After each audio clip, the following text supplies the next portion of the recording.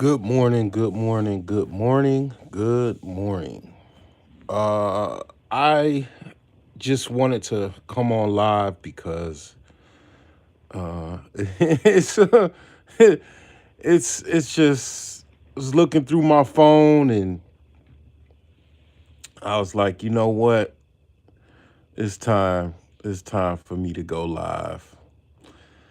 You know, I tried to fight it, man, but I had to go live once again on YouTube. What's going on this morning for you? Uh, Hopefully, this day is victorious for you. This is a Monday morning. You see how the market does this morning. Um, Last week, it's pretty volatile. I'm still in the market. I'm creeping back in. I'm trying to creep back into the market, man. I'm kind of doing some grassroots things, trying to compete, you know, and deal with everything, and yeah, the market was pretty rough. I told people years ago, you gotta get into to options. The options market or learning options is very important. Risky, but important nonetheless. That's where that's where the rich, basically that's their that's their playground. That's the rich man's playground is options. That's how you can become rich actually. That's one of the ways you can become rich is with options trading.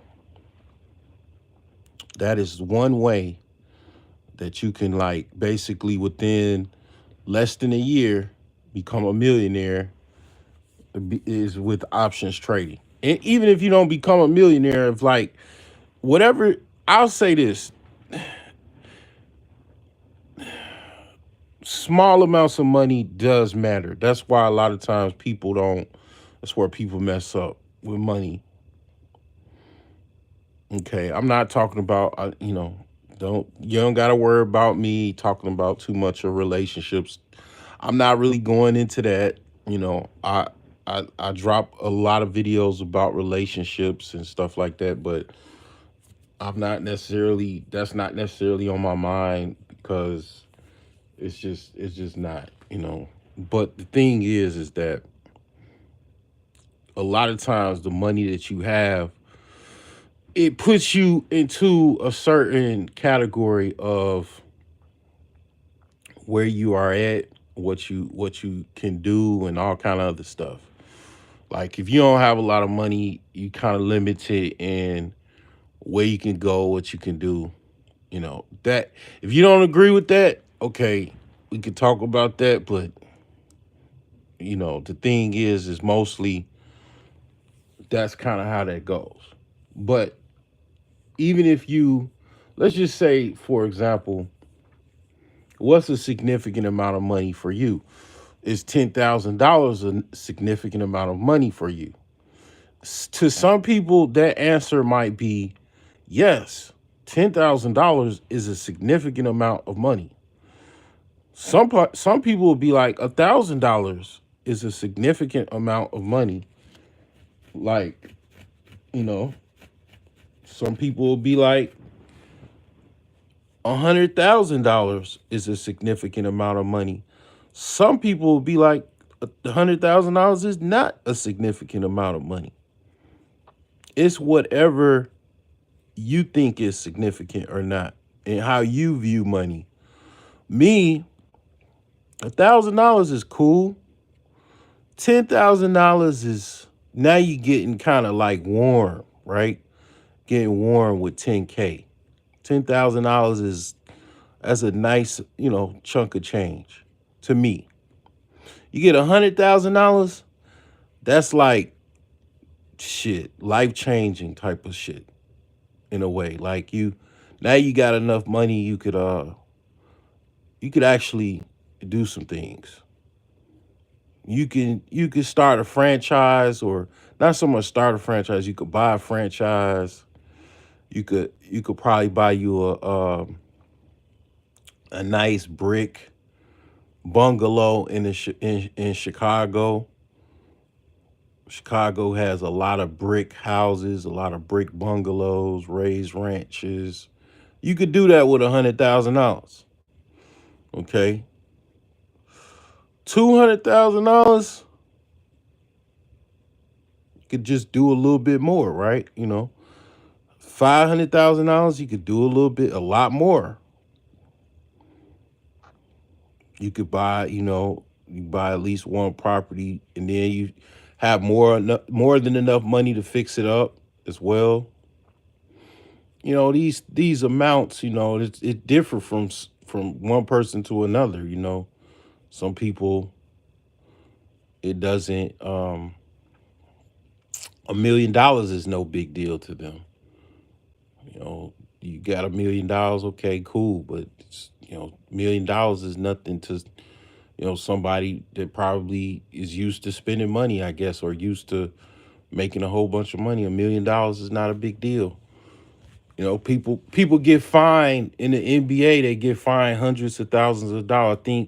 I think the last person I heard get fined was I think Anthony Edwards. He got fined for he got suspended for something. I don't know. But yeah, man. You know,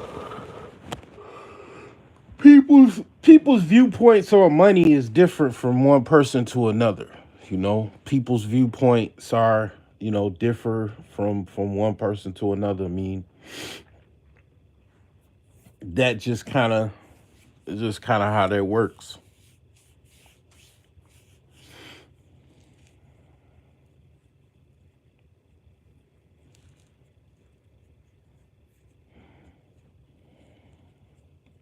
So yeah, from time to time, people, they have different viewpoints as far as things.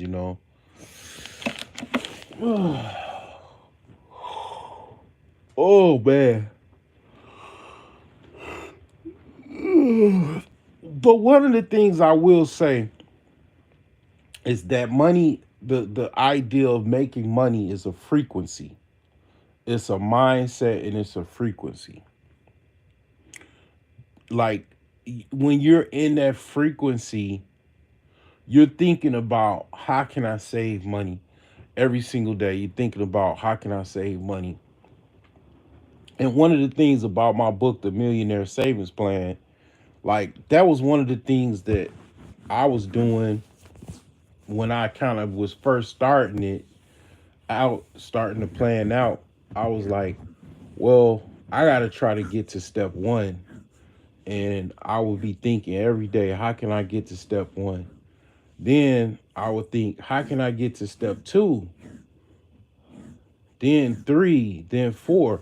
Then I'm thinking about, okay, what would it be like to be on step 5, 6, 7, and 8? What would it be like to be on 9 and 10 and 11? I would think about these things, and these things would be motivating for me to get more, investments, more money, save more money, think of ways that I can make money, and so on and so forth.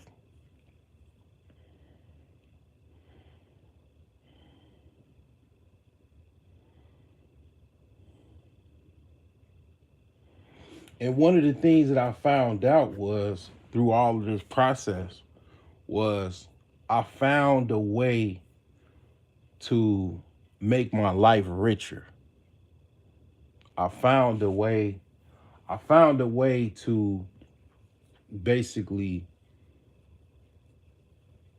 have some type of success in this capitalistic system that I would say pretty much does not favor black men.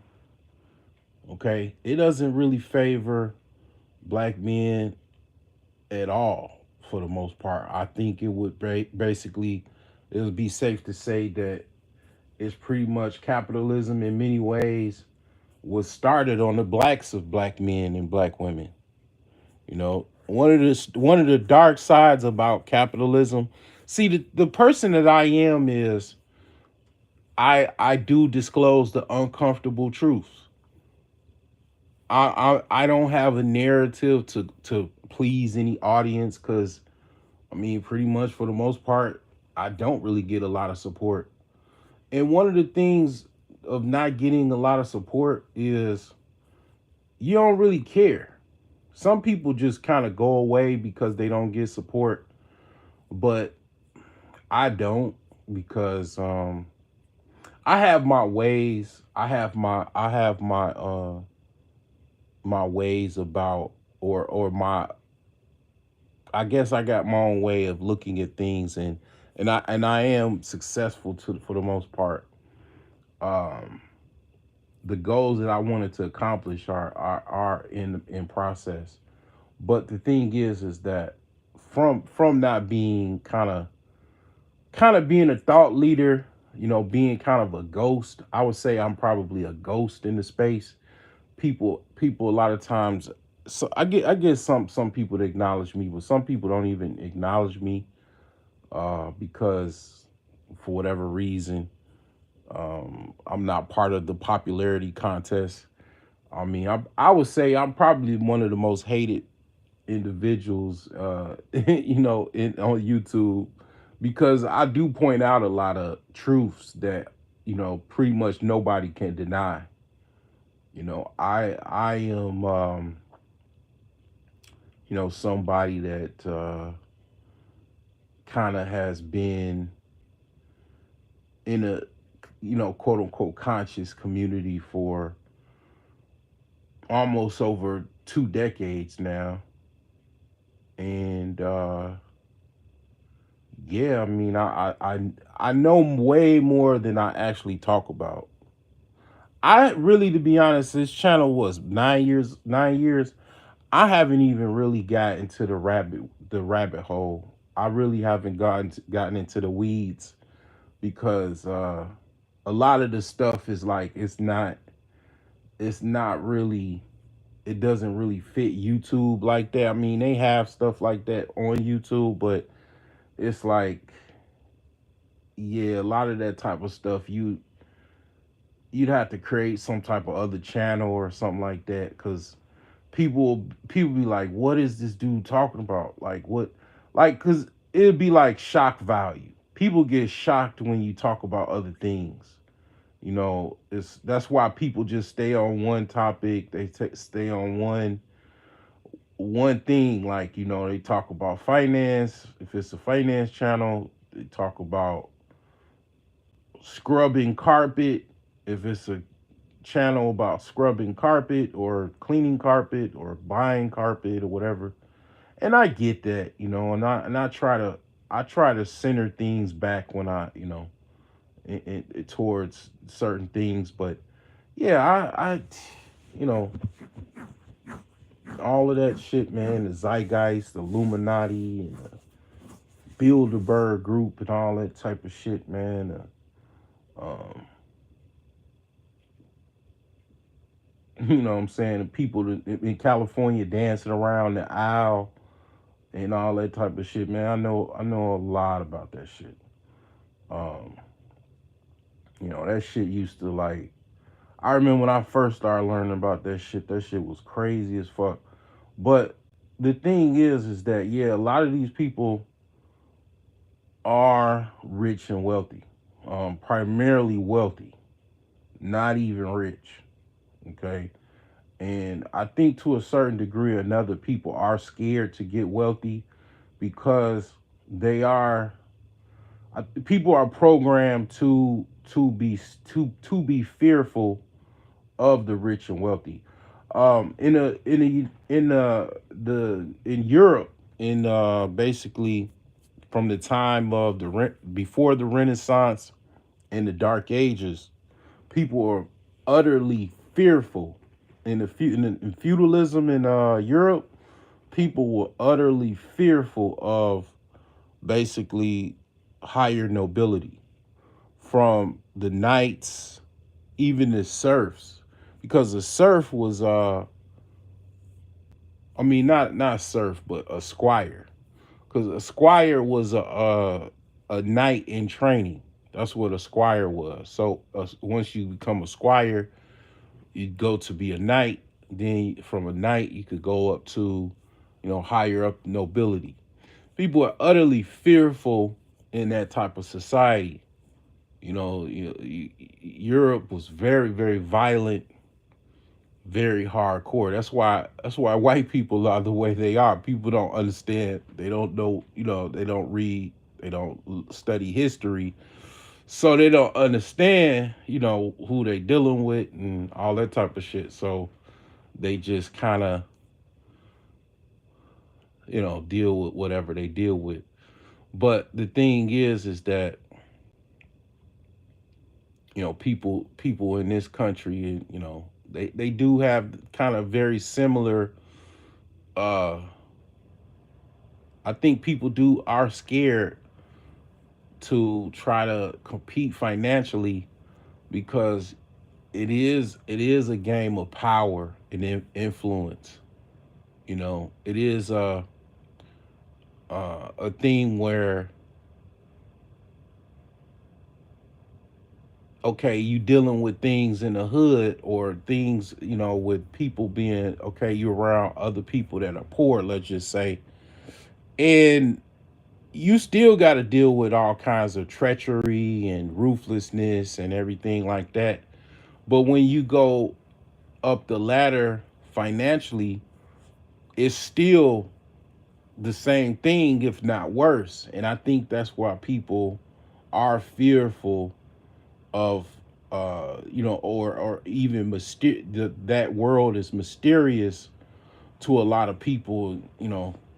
Obviously, most of my audience is black men, some black women.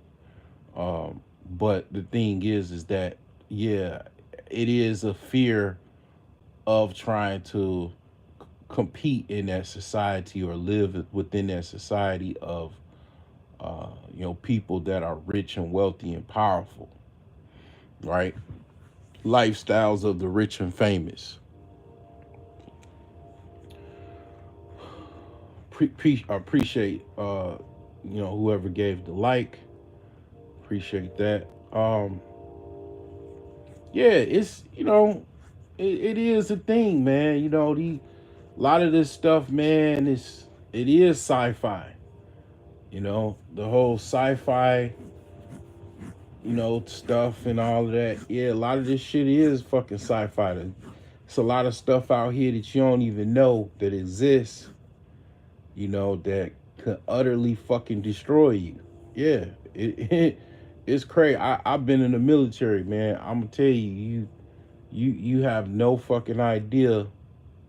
Like when you play Grand Theft Auto and it goes to 5 stars, and them black trucks come out, them black trucks and all of that, man. The military come out. I think, yeah, like the military comes out. You know what I'm saying? Yeah, that's how it is. It's a fucking National Guard everywhere within 20 miles of wherever you are, most likely. And it's that for a reason. It's there for a reason. And this is a police state, a military state. It's very heavily controlled by all the branches of the government, as well as local. Okay. And I mean, people understand that. I know people understand that. But the thing is that, yeah, uh, you are controlled for the most part, to a certain degree or another. You are controlled to think a certain way, act a certain way, believe a certain thing, and all of that type of stuff. Yeah, you are. Okay, you are.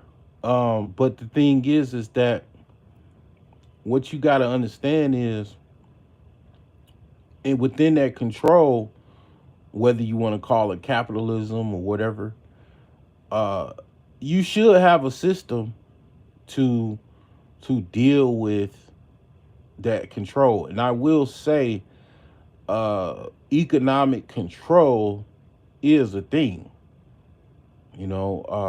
Economic control, and also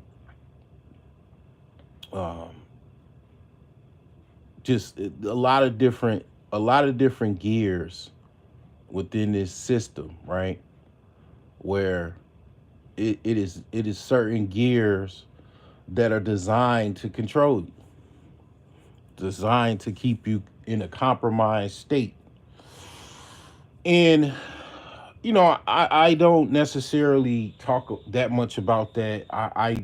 That's why I do the whole. I got my website in brokegeniuses.com, and I have the consult me button, because it is some people I do understand. See, I understand that people have different problems that are not necessarily associated with money.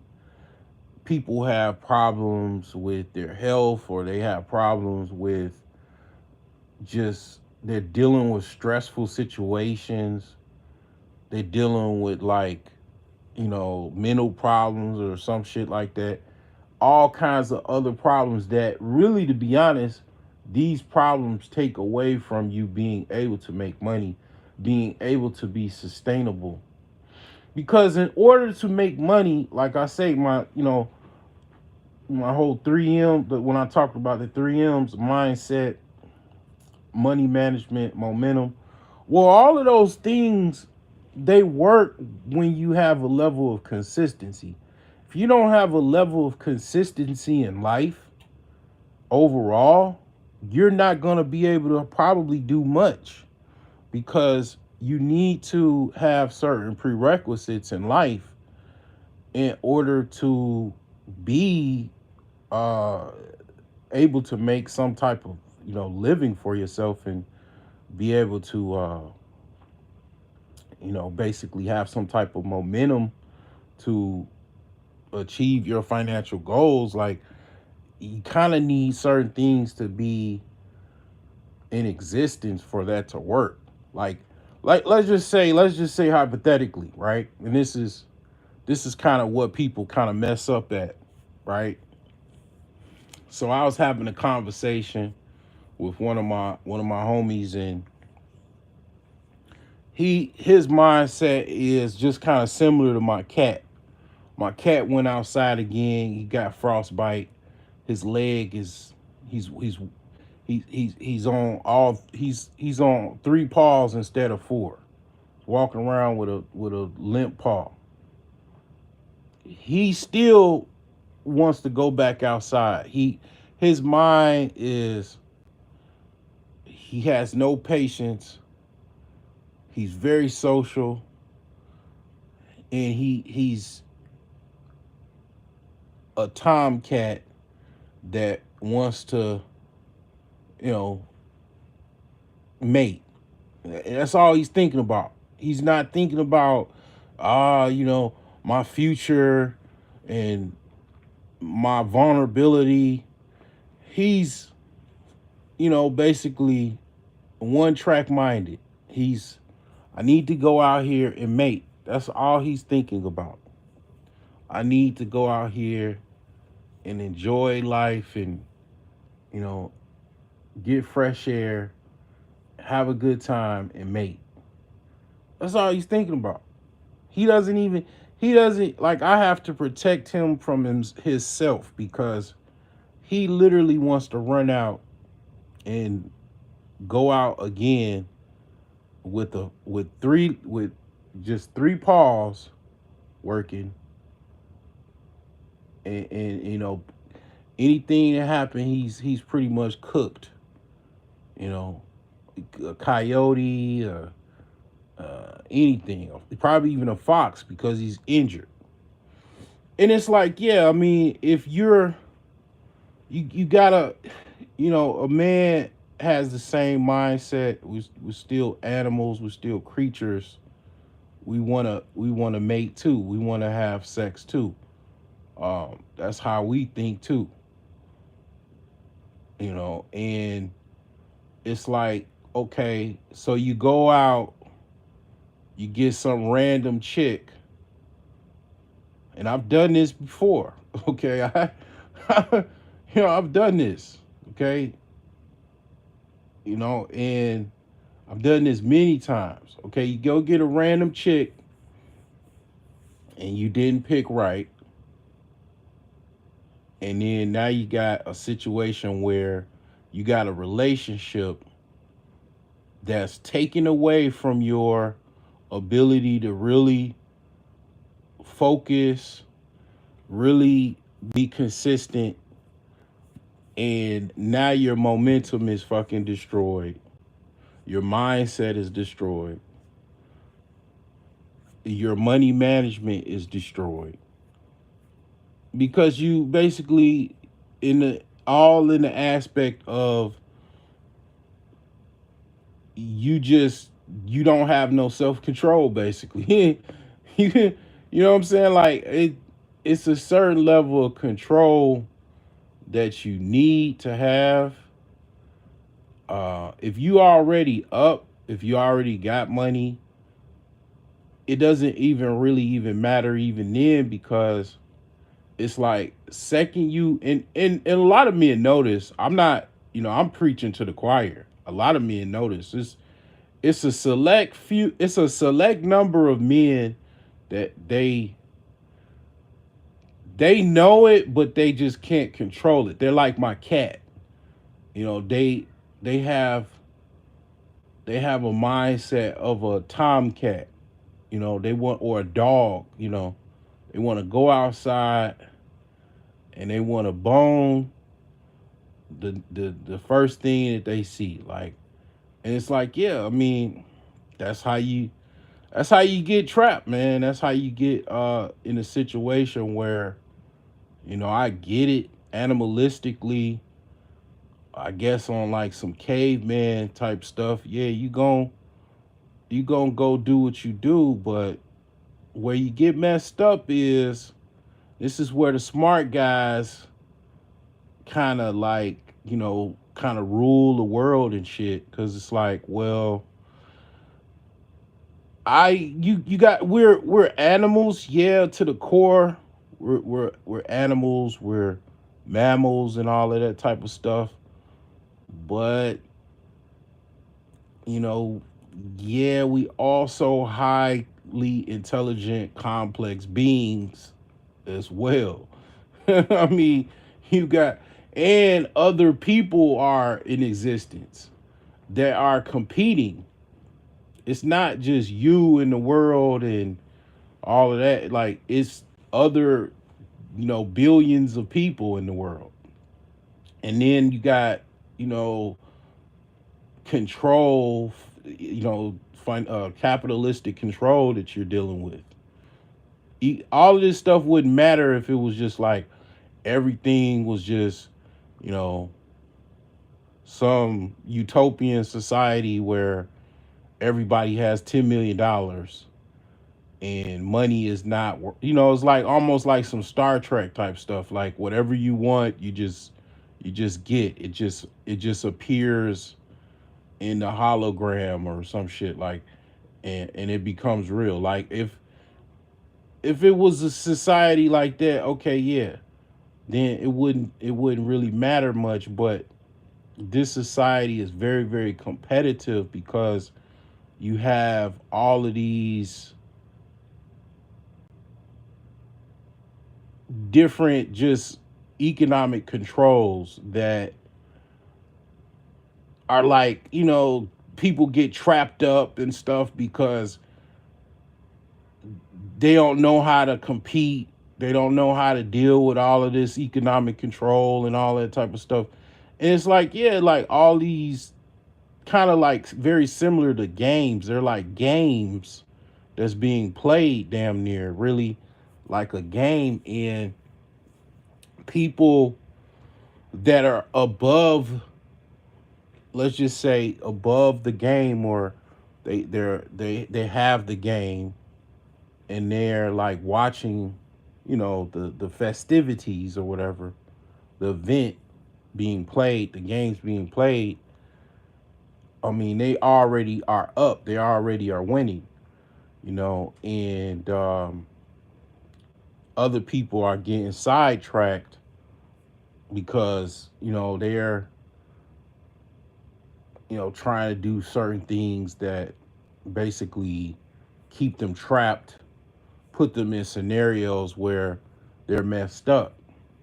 And it's like it's not that anybody is, basically trying to, I mean, you yourself going out in a scenario of just getting random chicks that are not wholesome and helping you build some type of future or align with your future, okay,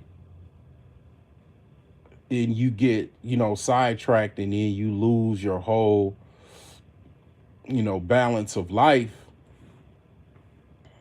I mean, that's not necessarily somebody else's fault, or somebody just, randomly sent you this woman that just threw your life away. You just went out and that was the first person you saw because you were horny.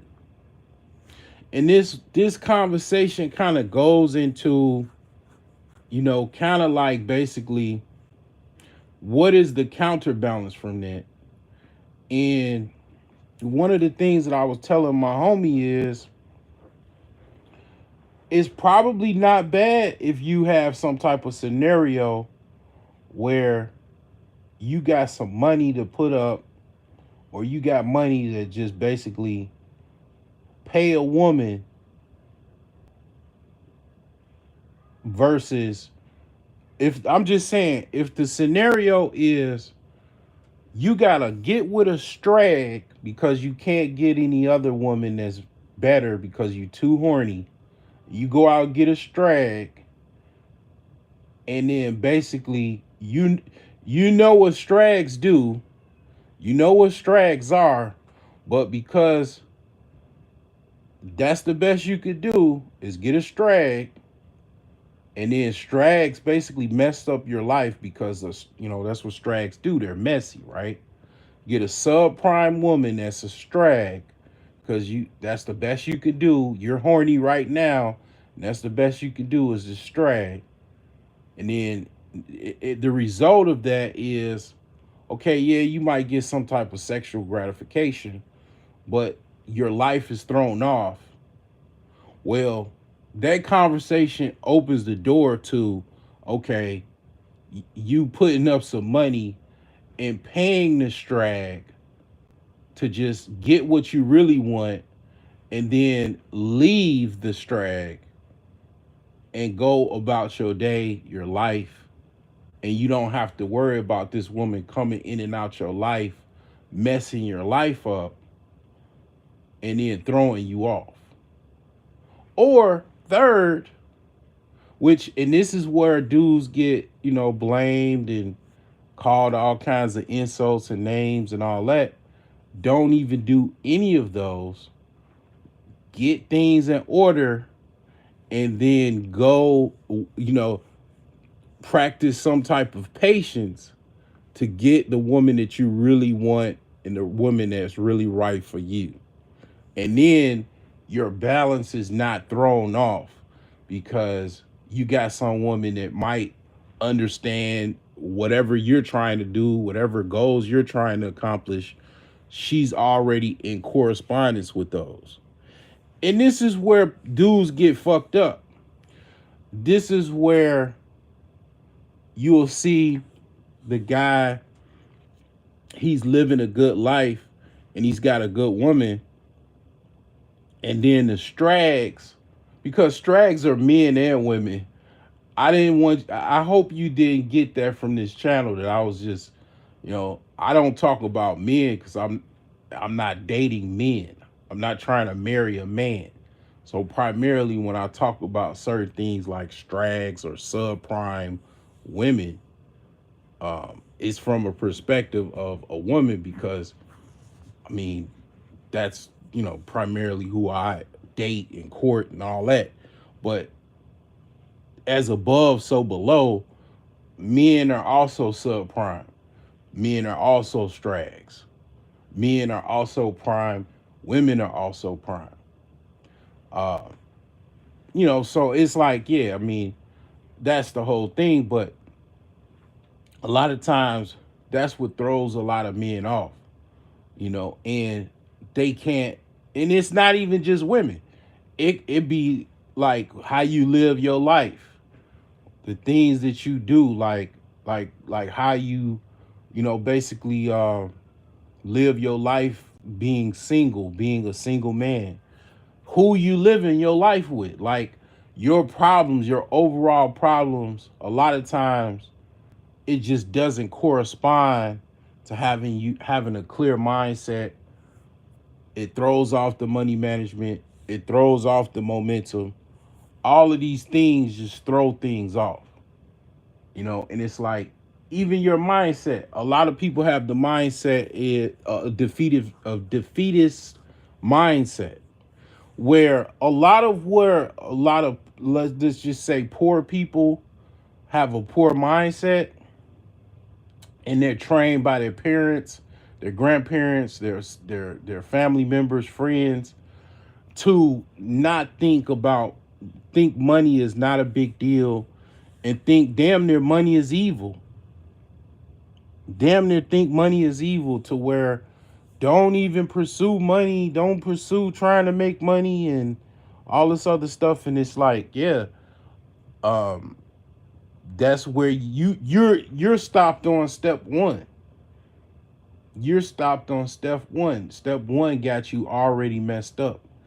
You can't even go to step two, step three. You're already defeated at step one. And I, again, this is where I always, like I say, this is why I talk about my website, why I have my website, and I have the consult me, because a lot of times what people do, and black people do this really, really bad, they don't reach out for help because the independent mindset. That independent mindset of not reaching out to help literally stops people from having progress.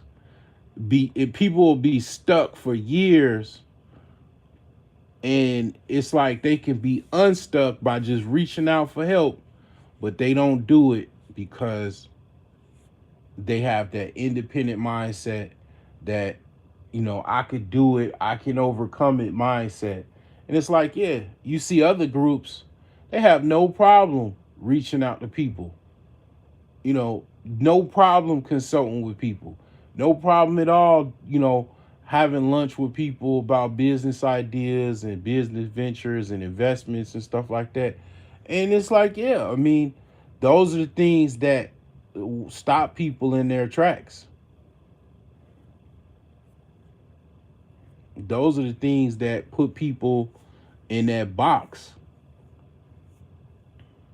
Because you got to understand, it's people that are Michael Jordan, and then there's people that are Dennis Schroeder that play in the NBA.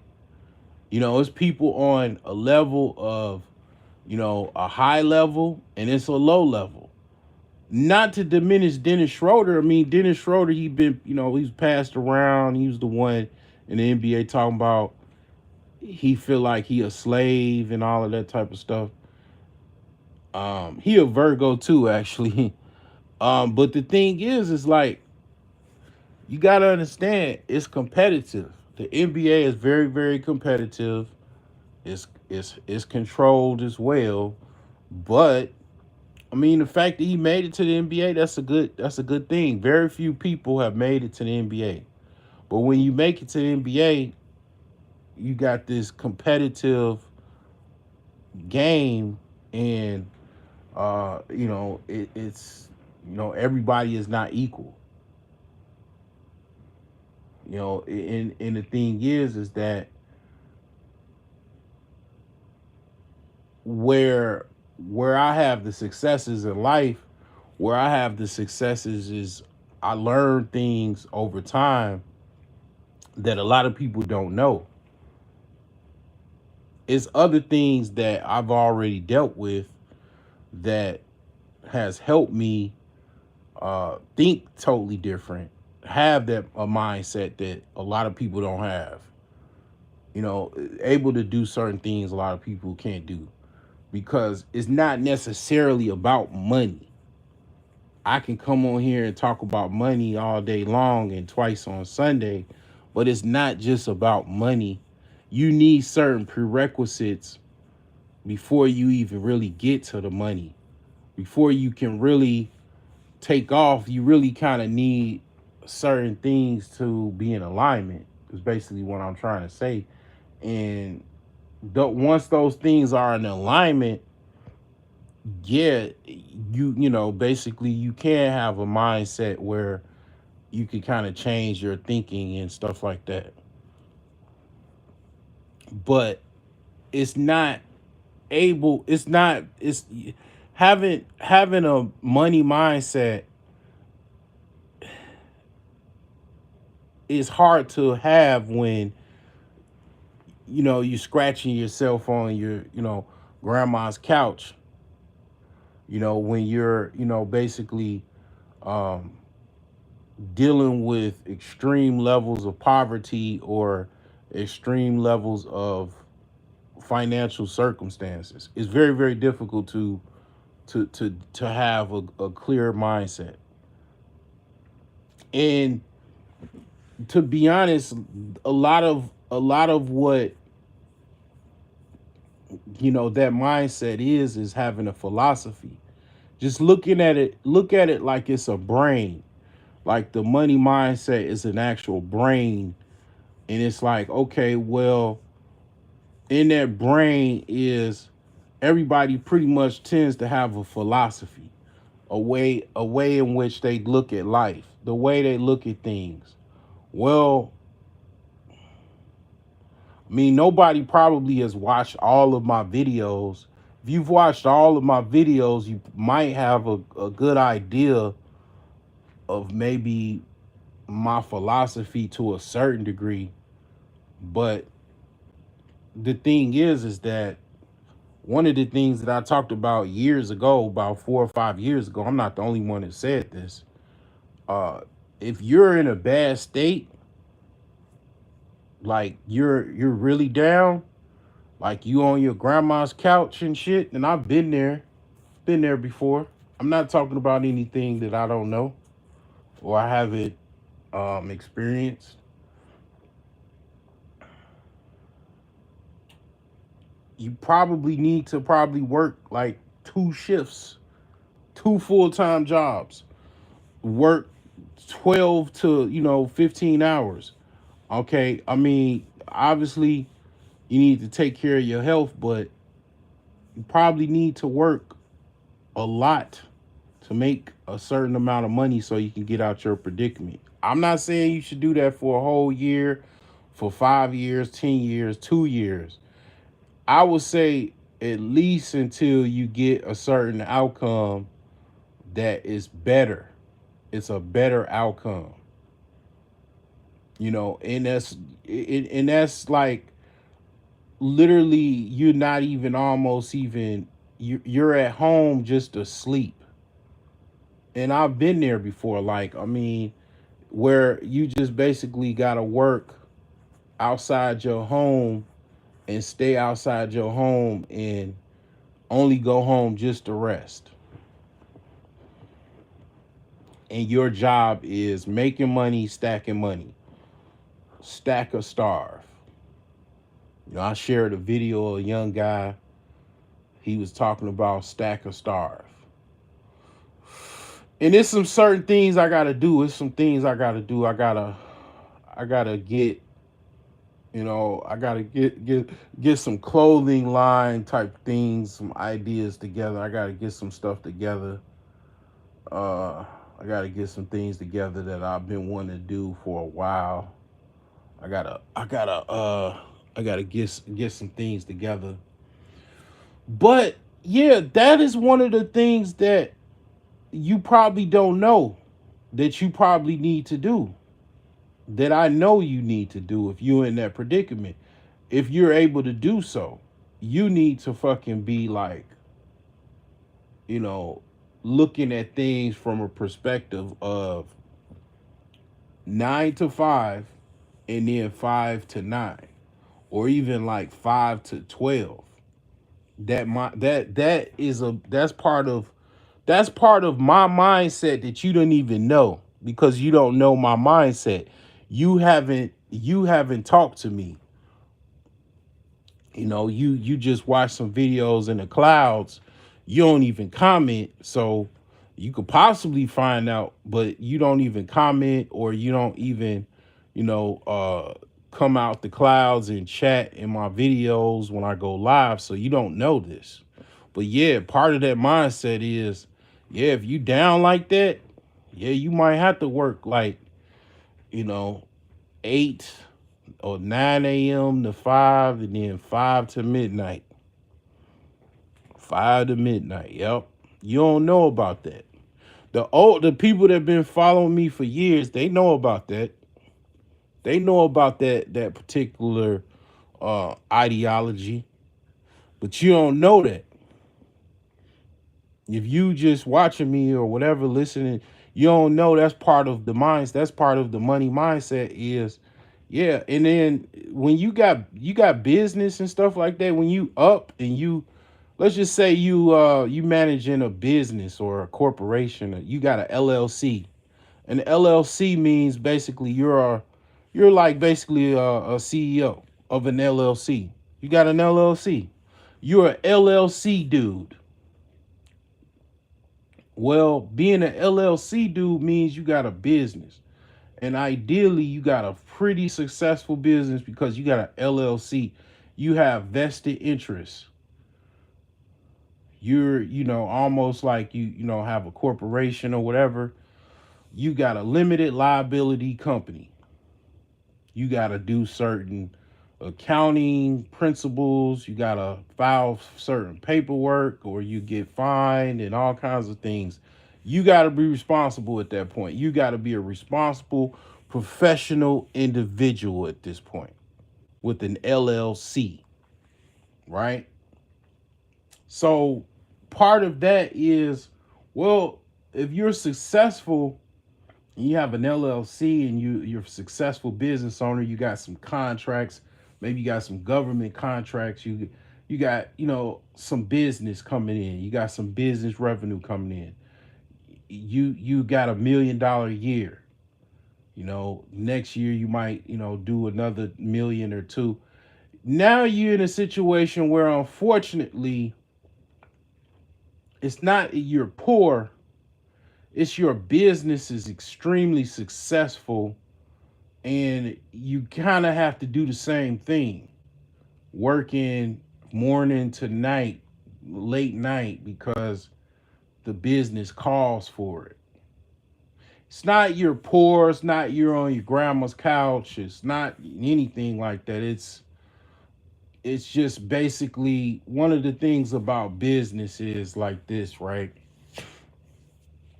Especially small business. I mean, when you make money, you can you can hire employees, but one of the quandaries or conundrums of business is, the more successful your business is, the more work that it is to be done. it's like okay, for example, let's just say you got a bakery, and you got all kinds of pies and cakes and cookies and pastries, right? You got a line outside the freaking door. You got just imagine you got DoorDashers coming in. Just imagine like crumble cookies. You got crumble cookies on a Saturday evening, and it's a whole bunch of people outside the door trying to get these cookies. You got a successful business. You got a dream situation right here. But you'll probably think it's a curse a little bit, because that means you got to work long hours. It's high paced. It's a lot going on. because your business at that point is at peak success. When your business is at peak success, that means that you got a lot of work to do. You're overworked, so it's kind of like a gift and a curse. The successful business is a gift, but it's also a curse because that means that you have a lot of service to provide, a lot of products to sell or deliver. And it's like, yeah, that's a conundrum that you really want to have, but it's kind of similar to the situation of even being on the couch where you need to probably do like, 9 to 5 and 5 to midnight. I call it, I like cars. I like luxury cars just like anybody else. I call it AMG and M5. Basically, I call it a morning AMG, a morning gangster, or or AM gangster, and then midnight to five. That's basically something that I remember it by, like that type of mentality of working morning to midnight. And I mean, yeah, like that's a situation that will help you pretty much guarantee if you are uh, dealing with financial problems and you are capable of making some type of living to do something like that. Doing DoorDash like that, I mean, there's people that have done that. But see, here's the problem with doing delivery jobs. Like doing delivery jobs. This is the problem with that. And this is why people don't really like doing that. Well, one of the things about doing Uber, Lyft, DoorDash, anything that involves driving a fucking car, right? That's the problem. You're driving a car. These apps, not a one of them will give you a car to drive. That, as far as I know of, will just give you a free car. Here you go. Here's a car. Enjoy yourself and pick up as many orders as you can. They don't do that. If you're trying to grind it out, doing all of these delivery, and this is where people find out. They find out the hard way and the fast way, and they realize, they've been had. Okay, you driving here and there and doing this, picking this person up, dropping this food off, dropping this off, dropping that off. You wearing your car down. Your nice car or not so nice car or car that you just have as your daily driver, whatever the case may be, you're hitting potholes, you're hitting bumps, you're wearing down brake pads, you're wearing down rotors, you messing up tie rods, ball joints, all kinds of parts on that vehicle, driving, over driving that car, doing deliveries, doing, Lyft or Uber or whatever. They got all kinds of apps. The more you drive in your car, the more you breaking your car down.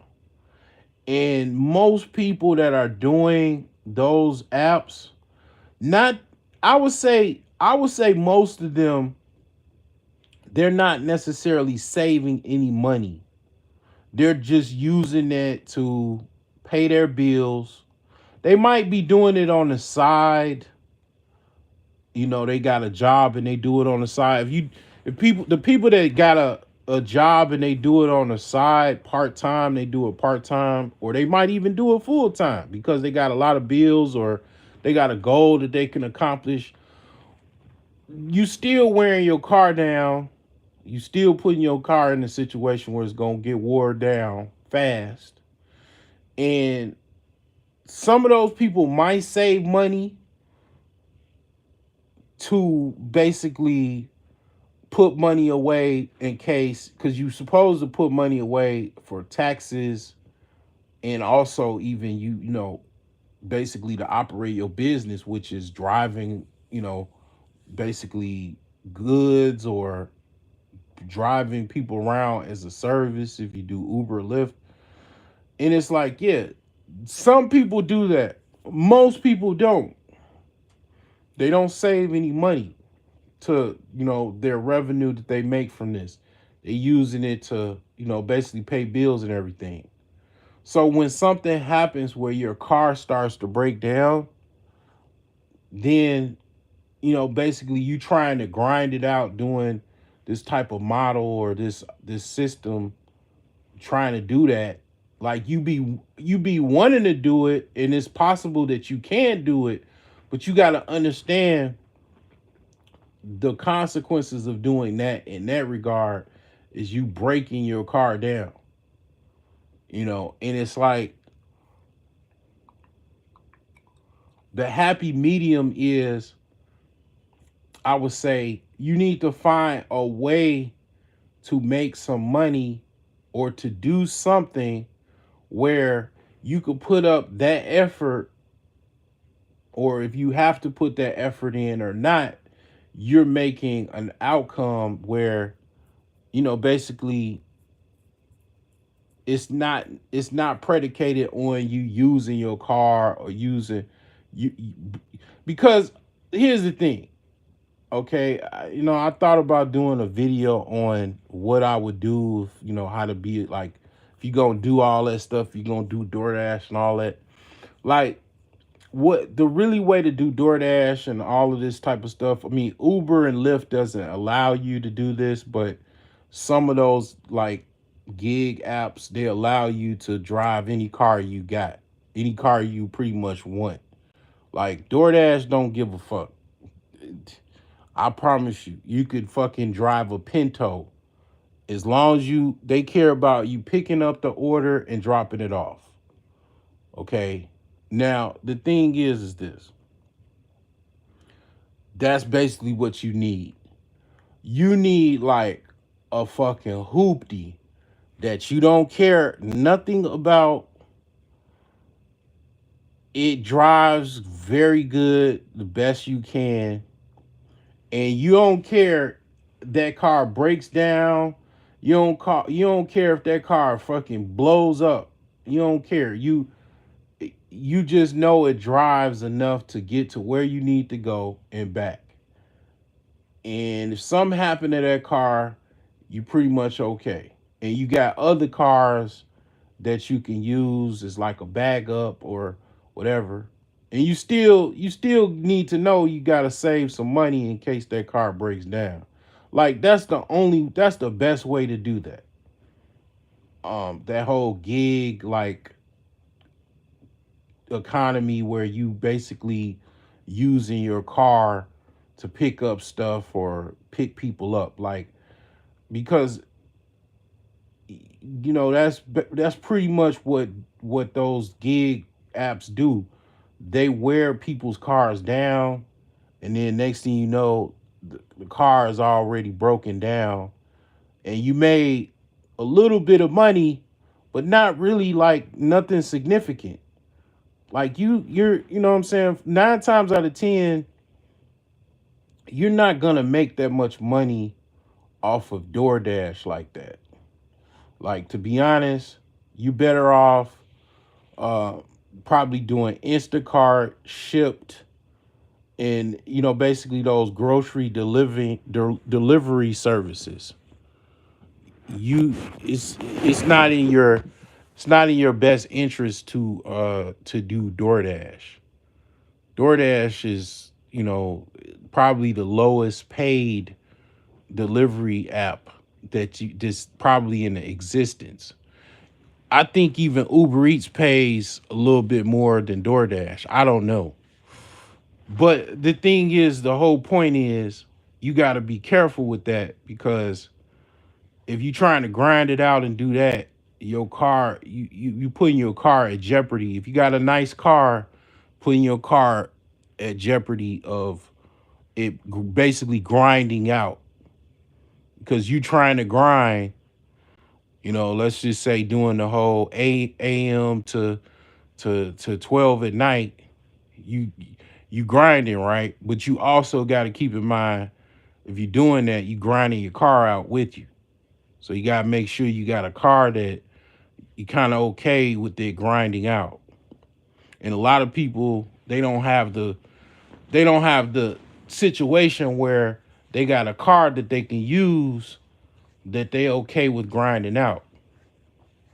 Most people, they keep cars that they really really like, they really enjoy, or they, what I'm saying, so that's their car or cars. So people don't have no a lot of times people don't have no like car that they can probably put in what do they call that, the roller derby or something, where they be like crashing into each other and stuff like that. Like, people don't really have cars like that. They have nice cars, and they use these cars, and next thing you know, the cars are broken down because they've been doing fucking delivery services all day.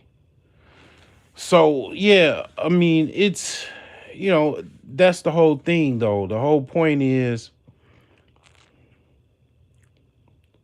a lot of times you do have to, if you're in a situation where on the bottom, you do need to kind of do like a lot more than what you probably want to do.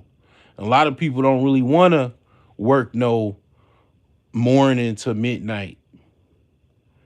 People just kind of just, they want to have a normal life. They just kind of, whatever they think a normal life is, that's what they want. They don't want to overdo anything. They don't want to, you know, overextend themselves and all kinds of other stuff. And they have the outcomes that they have with those decisions that they made, and that's that. But that's that's just kind of how that goes. I mean, it's the thing is that a lot of times what people don't understand is, like I say, you gotta have things in correspondence with each other in order to really do well financially. That's why a lot of people are doing terrible financially, and it don't really have nothing to do with no money. It's just the way they live their life, the decisions that they make on a day-to-day basis, and have made has them in a situation that they are in.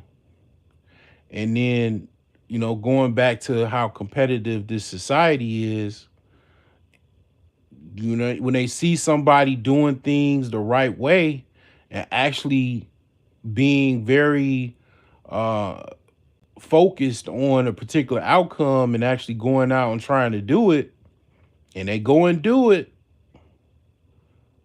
and then people start hating on people start being jealous and envious because you got a Tesla, and you got a nice deluxe house in the suburbs.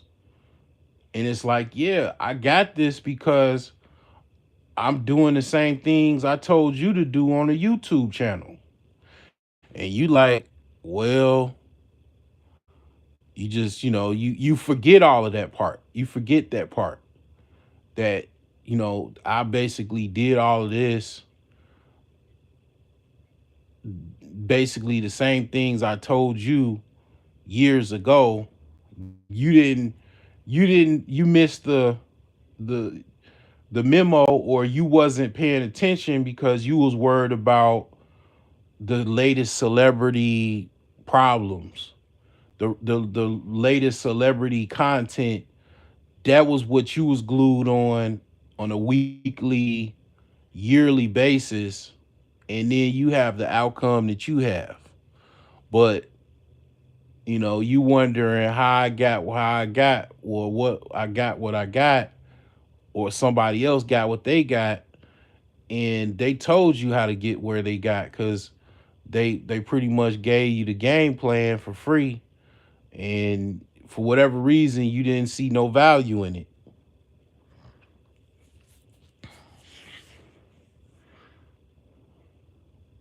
And it's like, yeah, a lot of times that's how things are. A lot of things are like that. People don't see no value in things. I mean, people value systems is like way off. It's just like thrown off. And like I said, one of the three things that I basically have been training my mind to stop doing, one of those things was, yeah, I don't pay attention to too many people at all that are not talking about higher level conversations, or are doing things in life on a higher level than even I am doing it. Like, if you're doing some higher level, okay, fine. But if you're not, and you're not talking about that, like trying to improve, I just auto tune out, because my brain can't correspond average or below average behavior. My brain doesn't correspond with it. I already know, okay, this is below average behavior. Okay, I just tune out. Below average conversations, I just tune out. I try, even if I want to listen, can't really listen.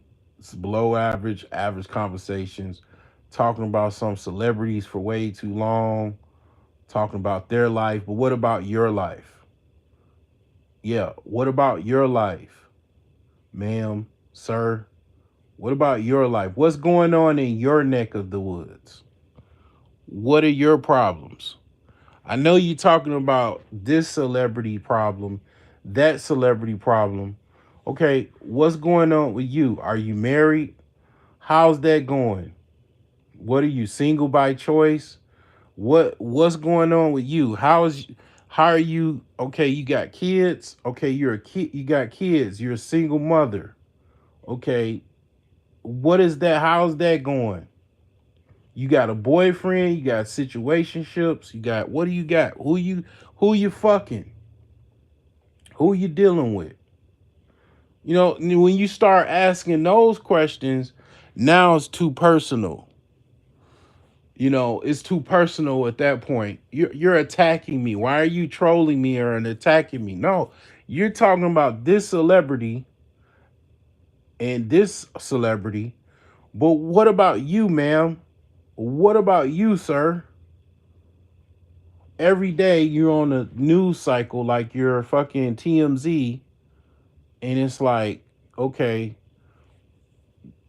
and that's not working out. You got to understand, that's only working out for a few people. That's not where it is so few people that is actually working out, like where they're making some significant amount of money, to like life changing money, that it's not working out. And it's the reason why it's not working out is, one, everybody can't talk about the same thing. First of all, like, it just doesn't work. And I'm not gonna go down that rabbit hole why that doesn't work and all that, but obviously it's kind of like the hood, right? When I remember when I had my computer shop, I didn't have any problems getting my computer shop. And during the time that I opened my computer shop, the I think the mayor at the time, which was Rahm Emanuel, I don't know, they were doing something where they weren't opening it up a whole bunch of more barbershops, beauty salons, just certain businesses was like inundated in the hood. Barbershops, beauty salons, liquor stores, even, and it just certain business it was just inundated with. And they were trying to curb people opening up the same types of businesses. So they didn't really want any more beauty salon licenses in a particular neighborhood that was already inundated with beauty salons. They didn't want any more barbershops. Well, I didn't have any problem opening up my computer shop because there was nobody with hardly any computer shop. It was like one guy was like kind of down the street, about maybe 3 or 4 blocks away. And that was pretty much it. Like, I ain't have any issues getting my license because it wasn't inundated with computer shops.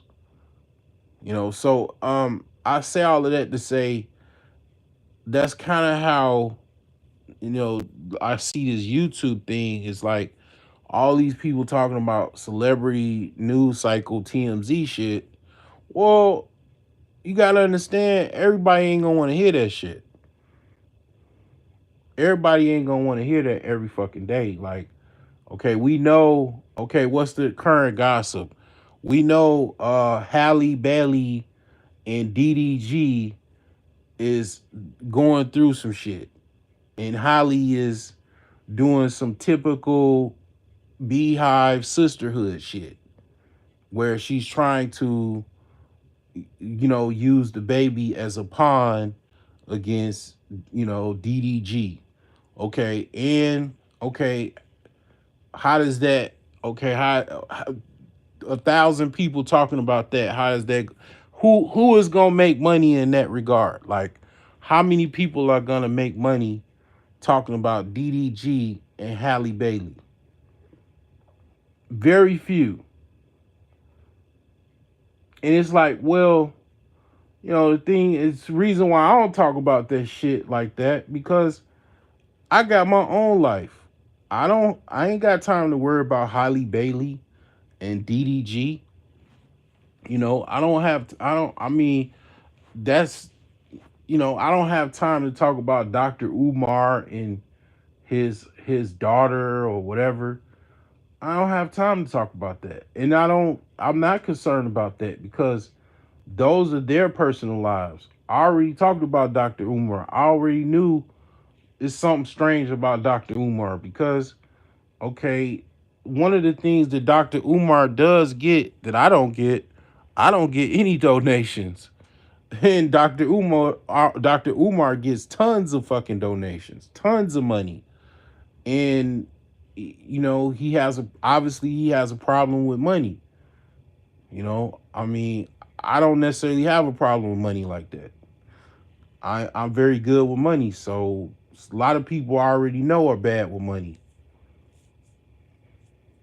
And a lot of dudes, a lot of men and women that are fat, I have trust issues with fat people. Something with fat people where they traditionally are not good with fucking money. And I think it's something with Epicureanism. A lot of fat people cannot control their it's something with like being able to control their eating habits and just being able to control their pleasure. Like a lot of fat people have a problem with dealing with pain, like they're running away from pain, and they don't want to go to the gym, they don't want to fast, they don't want to diet, they don't want to change their diet, they don't want to work out because it's painful, and they don't want to say like saving money is painful. Finances is painful than a motherfucker. Oh my god! I mean, like the financial, like it's so many pains when it comes to finances. I mean, it is very, very, very, very painful. This financial world is very, very painful, and it's very similar to basically like the physical body. Like it's a correlation to a certain extent. Like in order to deal with your finances, you have to sacrifice your, basically sleep by going to work, sacrifice what you want to really do in life by going to work for some other company, going to work for a company that is owned by a bunch of wealthy people, you know, and basically that's who you going to go work for. And that's painful from some degree or another because depending on what you're doing and what you got to do and all of that type of stuff. And on top of that, it's also painful to save some of that money, invest it, and try to actually compete to actually be a rich or wealthy person one day, or at least have something, a better life for yourself and your children, your family, so on and so forth. Those things are very, very painful. And I already know, obviously, a lot of fat people do have a problem with they're very pain averse. Trust me, I'm not talking about nothing that I ain't dealt with myself. I understand the pains and the problems of fat people. Trust me, I've dealt with it myself. I'm dealing with it now. I've lost over 50 pounds in the last 90 days. It's people are pain averse. A lot of times, like, pretty much you got what? You got the warrior and the wimp. The reason why the wimp is he doesn't want to do what the warrior does. The warrior sacrifices, the warrior trains, the warrior gets physically fit in order to, in times of battle, he can engage properly to have the better outcome. The warrior, sacrifices sleep to get a certain goal achieved. Well, the wimp doesn't want to do any of that. The wimp wants to have constant pleasure, constant enjoyment, constant this, constant that. And the thing is that, yeah, like when you get with a woman and she's a wimp, that's what you're gonna deal with. And she gonna train her kids to be wimps, and that's what you're gonna have to deal with. And that's why you shouldn't choose. If you if, a wimp should be with a wimp. If you're a warrior, you should not be with a wimp woman.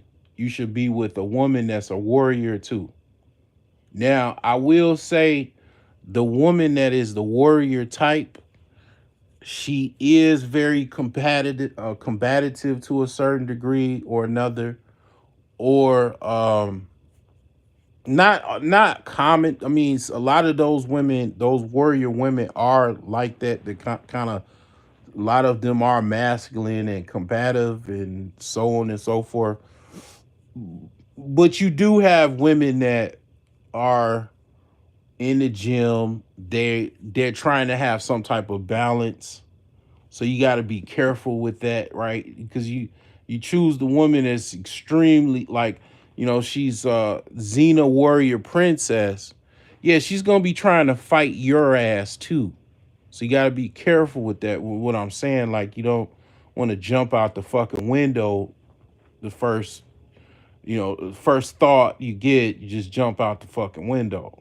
That's not what I'm saying. So you got to be careful in the sense of, okay, you do have warrior women. A lot of women are warriors because they're forced to be warriors.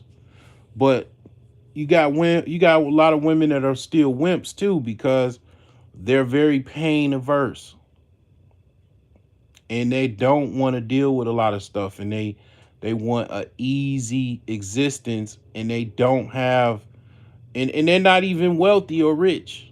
And that's what makes it painful, because you can't really, to be honest, when you're in the trenches, you really can't. You A lot of people are in the trenches, and the reason why they stuck in the trenches. So, okay, just imagine this is this is hilarious, right?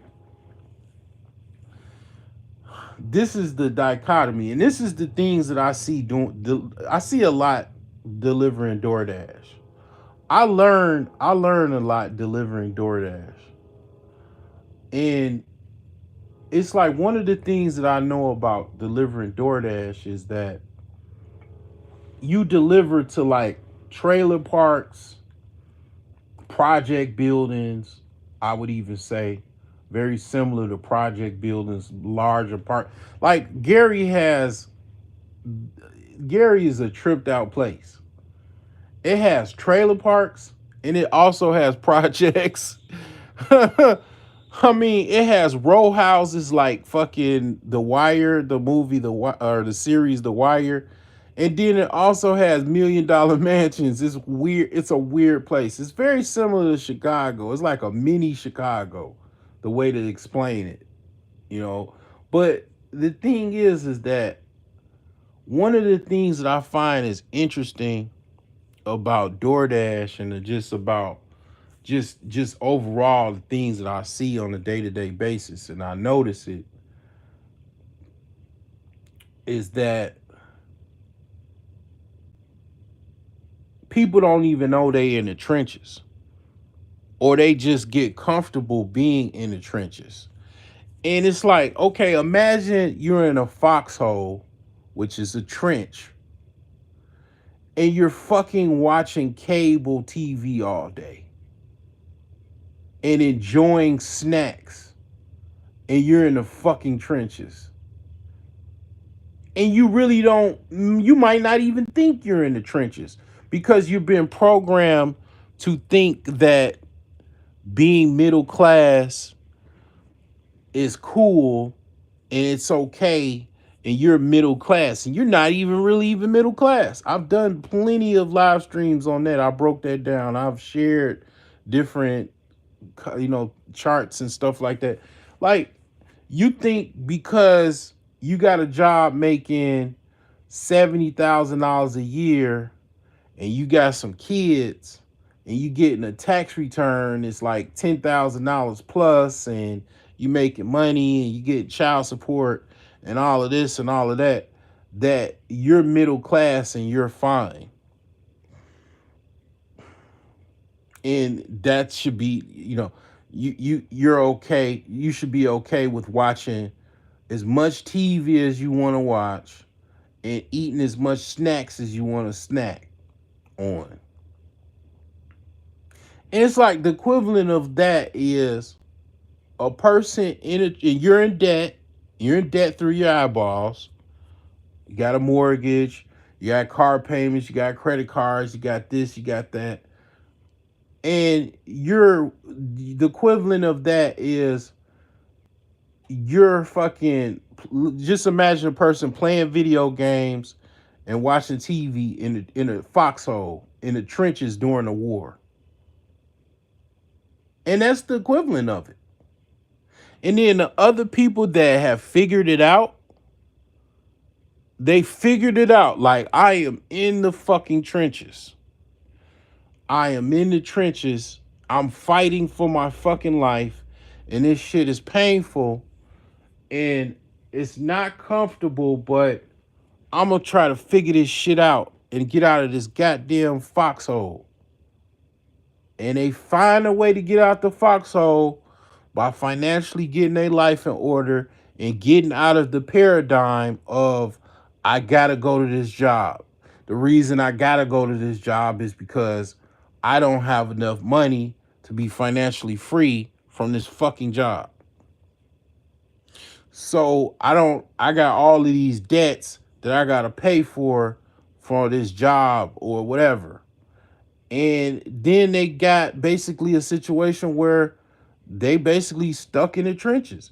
Then, the people that figured it out, like I said, they get out, they figure a way how to get out of these trenches, get some type of savings plan going on, getting themselves to a situation where, okay, I make $75,000 a year from this job.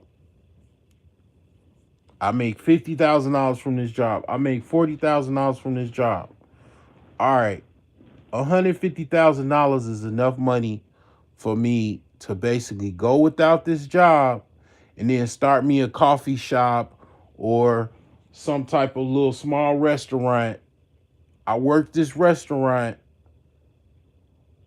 I have some people work this restaurant where I work this job, and then when I figure out enough to where this restaurant is taking off and I'm making some money, I can close out this job and then work this restaurant, and then get a manager to work the restaurant after a while, and get an assistant manager as a backup. And then now I got, I come in only for emergencies or make sure to check on things, and that's it. Now I'm at home. I'm able to do whatever I need to do or whatever I want to do. I can do some stuff on the side. I can, invest in here and there, or whatever, start other businesses, whatever the case may be. Now you're financially free. Now you in a state where you you got a totally different paradigm. And people will never get here because they're in the trenches playing video games and watching fucking Netflix and Hulu and Bulu and Chulu and Charlo and Cuckoo and Boo Boo. And that's where people get messed up. And that's where you understand, you know, I might be a little rash, I might be a little ratchet, but I actually know what the fuck I'm talking about when it comes to finance. When it comes to business, I understand what the fuck I'm talking about. And you don't. You're in the trenches watching fucking Power Book. And meanwhile, the rich and wealthy, they're in a fucking island drinking matas and daiquiris and enjoying the sun somewhere 5 to 10,000 miles away, while you're, waiting to get off work to finish Power Book. And then you're fucking miserable and you trying to take it out on other people because your life is fucking miserable.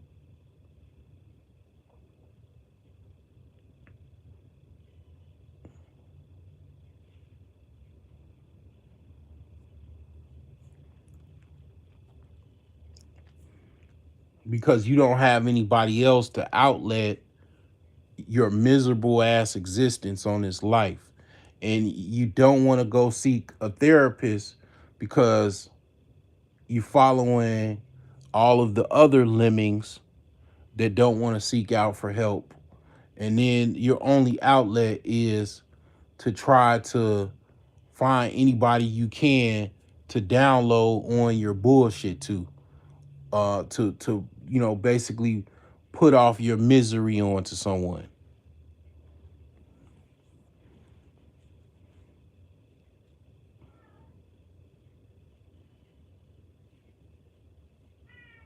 And that is life. You know, that's life. And that's what a lot of people's problems are. And that's why I'm not liked. And I know that I'm not liked because I point out, people's bullshit, people's problems, and they look at someone and they like, oh, he's successful or she's successful, but you don't see all of the things below the iceberg of what they actually had to endure, all of the things that they had to deal with in their life, all of the pains that they had to overcome and the things that they took serious that you don't see. You don't see that. All you see is the, you know, nice little things above the iceberg, but you don't see all of the pains of the bottom of that iceberg that they had to deal with. All of the problems that they had to deal with, all of the things that they had to deal with, the people telling them you can't do this or I'm not gonna help you and this and that and the third. And it's like, yeah, you know, before you know it, you got you looking on the other out, you looking on the outside in, basically watching all of these people live their life, and they just basically following all the other lemmings, watching TV in the trenches, in a foxhole, having a good time, watching other people, watching basically. This is, I never understood. When I would say like in my 30s, my late 20s, I used to always be wondering why they'd be like, damn, man, why, you gotta kind of have to curb down the whole watching TV thing or whatever. And I never really understood it until,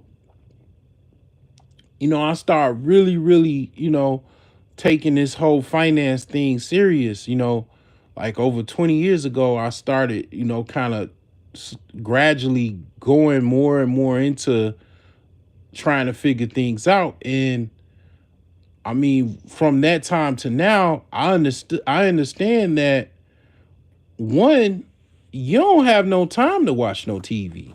It's no time hardly to watch that much TV or any TV at all, because you got financial goals that you're trying to accomplish.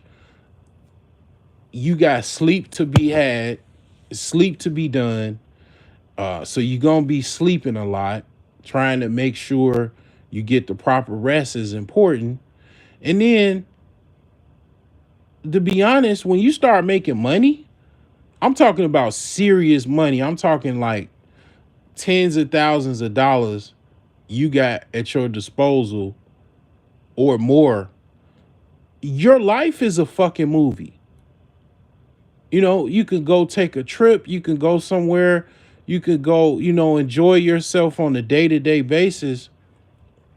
Watching TV, you know what watching TV is? It's watching a fictitious story about somebody else's life. And it's like your life, one of the things about being rich and wealthy is, I'll say this, I kind of understand it a little bit more than I ever understood it. Your life becomes a movie at a particular point. Your life actually becomes a movie. You're living your movie. Like your life is, okay, what people watch on a Tyler Perry movie or some shit like that, where you in some big ass house and you got a fine woman or you got a nice woman, you got a nice family. You're living that fucking life. You going to take trips and all that. You going to the fucking, you in the front row at your, favorite team, team's game. That's your life. You're living your life. You're in your movie. You're in your TV show. You ain't got time to watch no fictitious shit like that. Maybe you in the doctor's office waiting to go, see the doctor, or you at the dentist's office. Yeah, you got time because you waiting to see the dentist. But at home, watching fucking movies and shit while you're in debt through your eyeballs, you're not making any money, you're basically broke. You know what I'm saying? Like that's ridiculous. And when I basically bring it out like that, you understand how ridiculous that is, that you're in the trenches in a foxhole. This would be like fucking comedy. You're in a foxhole in a war watching TV. You know what I'm saying? Or playing video games in a foxhole. And you see, when you break it down like that, you see how ridiculous that sounds. And now you might either feel guilty, or you kind of understand how you've been, basically how you've been brainwashed. And it's like, yeah, I mean, I get it. I mean, a lot of these things are outlets for you to cope with your life. I get it. But you got to understand that's what you're doing after a certain point. Like you're basically, one, you kind of wasting your life away. Two, you're not productive, because it might be all right if that's what you want to do. If you're not in a fucking in poverty, or in a situation where you're broke and poor. Like, if you're broke and poor in a foxhole, like, here's the thing. I ain't got nothing against video games. I like video games myself. I ain't gonna lie. I like video games probably more than probably watching TV and stuff. I like video games. But here's the thing, right? I'd rather play video games in the house that I really want to live in, the neighborhood that I really want to live in, the lifestyle that I really want to live, than playing video games in a fucking bad situation where I'm living around, basically poverty and crime, and a bunch of other poor people. I rather sacrifice and work myself to a situation where I got a better situation, and then maybe I can enjoy the video games without any guilt or worry about, damn, well, my kids can't play outside. You know, I gotta send my kids to a private school because the school system is so terrible where I live. Um, it's just a little bit, it's a little different. Like that, they say in Chicago, it hits different when you got a different circumstance, and you might be able to enjoy a little bit, things a little bit differently, when you got a better situation. But that's all I got. I'm gonna close this out. Hope you have a good Monday, a good rest of this week. Start this week off strong. Hope this helps you in more ways than one.